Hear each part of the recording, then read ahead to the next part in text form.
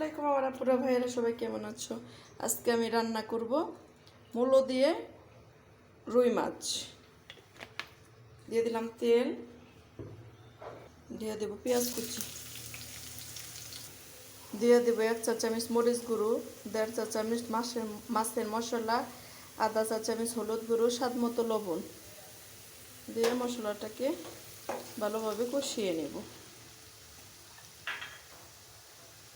দিয়ে দেব পানি,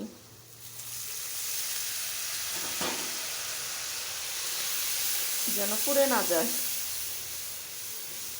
দিয়ে দেব কিছু কাঁচামরিচ অনেকগুলোই দেব, 5-6টা দিয়ে দিলাম। এইভাবে ছোটো মূলাটা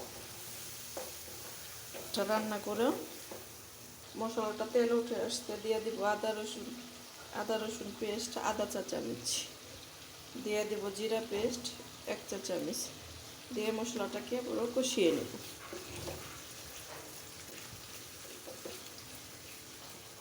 তেল উঠে আসতে দিয়ে দেব সেই রুই মাছটা দিয়ে ভালোভাবে কষিয়ে নেব। কষিয়ে রান্না করলাম, তোমরা চাইলে ভেজেও রান্না করতে পারো, আমি কষিয়ে রান্না করব। মাছটা কষানো হয়ে গেছে, এখন উঠিয়ে নেব।